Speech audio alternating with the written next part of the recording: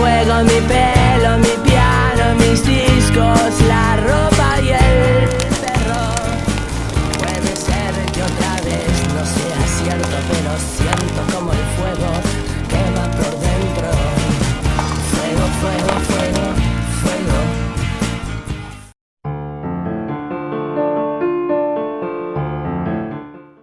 ¿Qué tal? Bienvenidos a La Hoguera Discreta. En esta ocasión vamos a reseñar y analizar un libro de reciente publicación.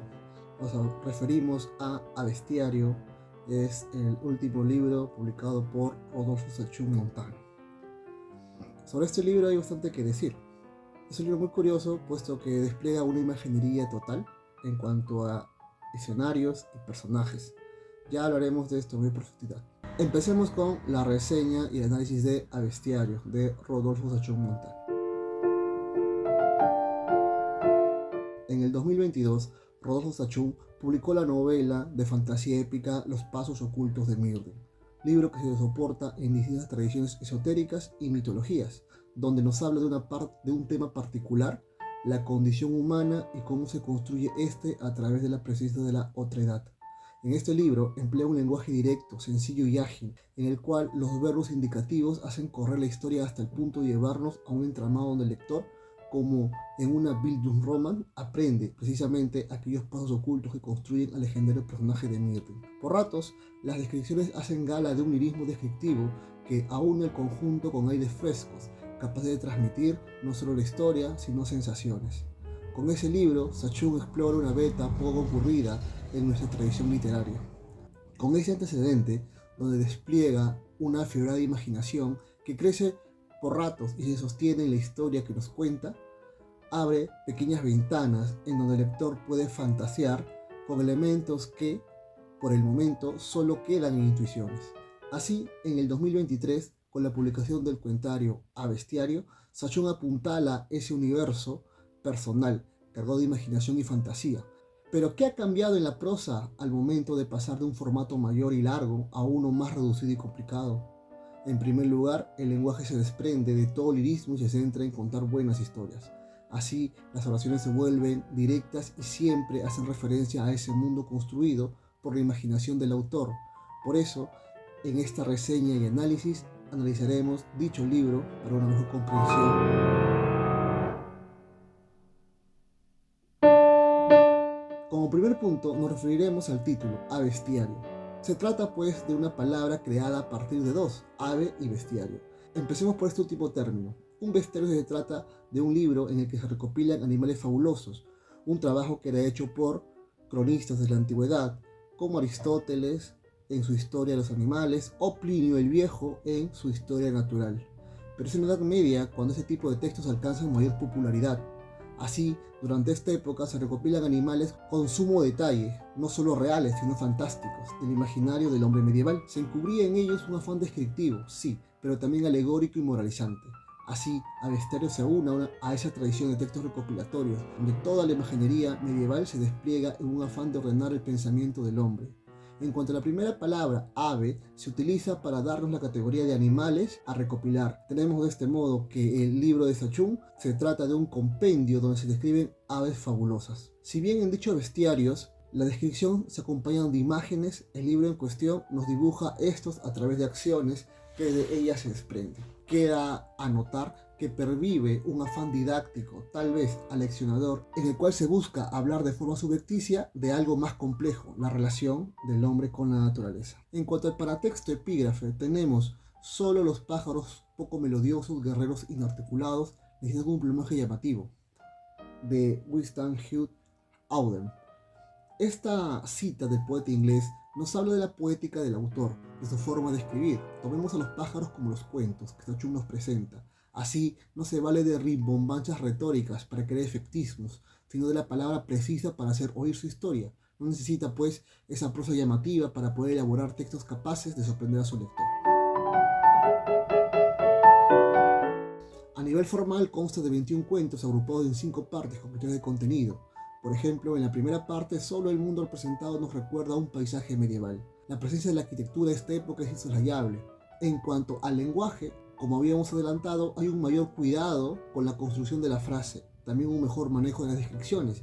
Si bien el lirismo no está presente, se le sacrifica por un afán más que todo explicativo o justificante. Así, muchos cuentos presentes funcionan como mitos modernos. Por eso no es raro encontrar finales que empiezan con la fórmula "desde entonces". De este modo se busca explicar algo, de esa intención de dotar de miticidad contemporánea elementos sencillos o explicar algunos fenómenos del mundo representado a través de una voz omnipresente que se vuelve autoridad y centra una verdad para el caso correspondiente. Sumado a ello, tenemos algunos finales inesperados. No se trata de meras vueltas de tuerca, sino de un giro que se anticipa de forma sutil y que al final logra el extrañamiento del lector. A nivel de contenido, el libro de Sachung destaca algunas peculiaridades en cuanto a los personajes. La más llamativa la tenemos a nivel familiar. En los cuentos es difícil encontrar la presencia, quizá alguna excepción habrá, de hogares tradicionales constituidos. Es decir, el núcleo tradicional familiar, padre, madre e hijos, no lo hallamos. A partir de esto se puede reconocer una propuesta actual en cuanto al núcleo social de la obra.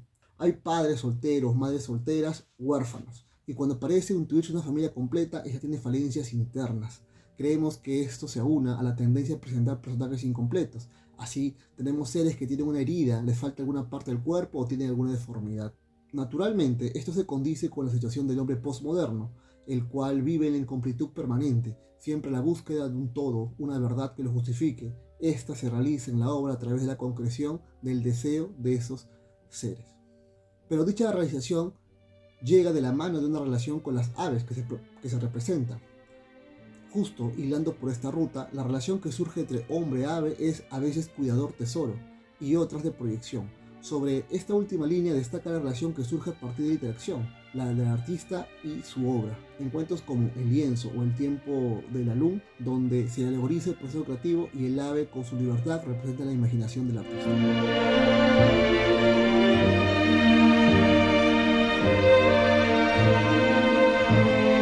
A continuación, profundizaremos en el análisis de algunos cuentos.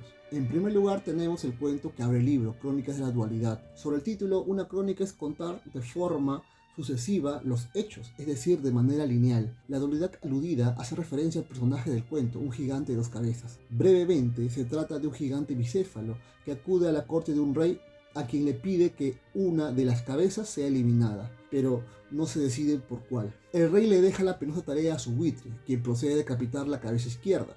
Cuando ésta es mutilada se puede hablar de un hombre, ante lo cual el rey tiene unas palabras reveladoras. Solo la propia naturaleza, manifestada a través de un buitre, tiene la facultad de corregir sus errores. Página 19.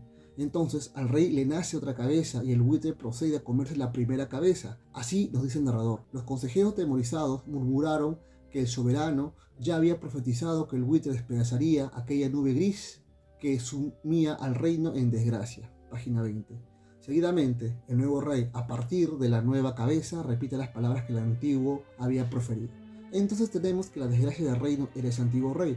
Aquí podemos visualizar cómo se tiene una confianza en los designios naturales. La renovación del hombre y del rey se entiende como una metáfora de que lo primitivo, el gigante bicéfalo y el antiguo rey sujetos al cambio, son propensos a una nueva forma de gobierno. Entonces, el cuento viene a ser un llamado de atención sobre la necesidad de construir lo nuevo a partir del presente, deshaciéndose de aquellas taras que impiden el progreso. El vuelo del Avalerión empieza con una descripción de esta mítica ave hindú. Se trata del último de su especie y tiene la peculiaridad de permanecer siempre suspendida en el aire, ya que no tiene patas en las cuales sostenerse. El protagonista es Aksur, un cazador que resguarda esta ave. Hay una relación aquí de cuidador-tesoro, pero cuyo mayor interés es proteger a su hija, Pía, la cual resulta interesante pues el narrador la dota de una sabiduría impresionante.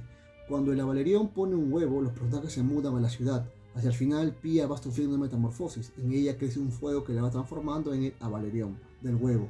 El cuento termina con la metamorfosis de la niña y se nos revela que el ave había sido todo el tiempo la madre de Pía, ya transformada. Así, de forma circular, se cierra el cuento. Está presente en este texto el tiempo del mito, indeterminado, pero siempre presente. El tono solemne redondea la intención explicativa de este hecho, y se denota otra vez la continuidad entre la naturaleza, el ave y el hombre. Solo en esa comunión primordial se explica el mundo y las cosas en las que vive el personaje. Por ello, el cuento funciona muy bien para darle un sustento ontológico a la realidad representada. Se trata sin duda de un cuento desde su estructura cíclica que apela a un tiempo donde lo sobrenatural y lo natural se conjugan con el fin de crear una verdad que justifique las cosas.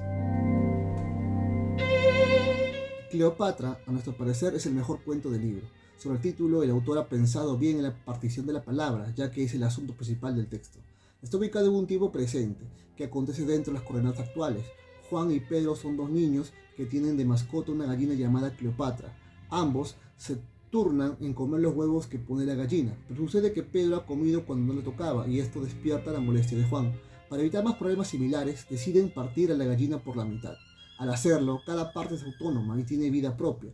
Tenemos aquí una relación cuidador-tesoro. La división de esta no trastorna el mundo, sino que las cosas siguen tal cual ante el asombro del niño, quien no puede creer que la gallina esté por la mitad sobre una sola pata y poniendo medio huevo. Aquí podemos ver que para los niños se trata de un mundo extraño, lo que no sucede para el lector. Así estamos a dos niveles. El mundo fantástico es solo aceptado a nivel extratextual, mientras que si bien la fantasía está de modo interno, se apela a una inmersión a través de elementos puntuales. Este cuento se puede entender como una propuesta estética del autor, ya que nos pide dos niveles de aceptación de la realidad.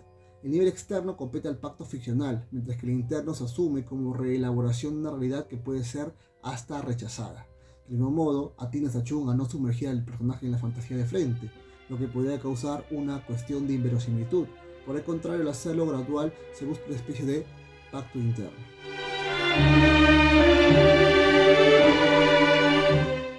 Así como estos, el bestiario está lleno de cuentos en los cuales la fantasía puebla los rincones ficcionales de forma gradual. Apelando a otras tradiciones, complejas y lejanas, sabe tomar de cada una de ellas elementos para justamente introducir al lector a ese mundo fabuloso que Sachung ha bien sabido construir. Por eso se trata de un libro interesante, que no toma el pelo al lector, sino que va explicando conforme los elementos fantásticos aparecen. Un gran logro del autor que nos presenta este mundo y del cual saldremos con asombro. Libro recomendable y bien logrado. Y solamente me queda agradecer a Sachung por la lectura, por la publicación de este libro, que parece que es un muy buen libro, recomendable para ampliar nuestros horizontes imaginativos. Y bueno, voy a seguir más activo en el canal, voy a tratar de subir más videos. Anuncio que se vienen unas críticas de los circuitos de Gustavo Rodríguez y de Marco Cárdenas, el Evangelio de El Quinto Evangelio, ¿no? Me parece que son dos libros con los cuales la hoguera se llenará más de fuego, ¿no? Bueno, muchas gracias y espero que puedan rebotar este video. Saludos, Sachung.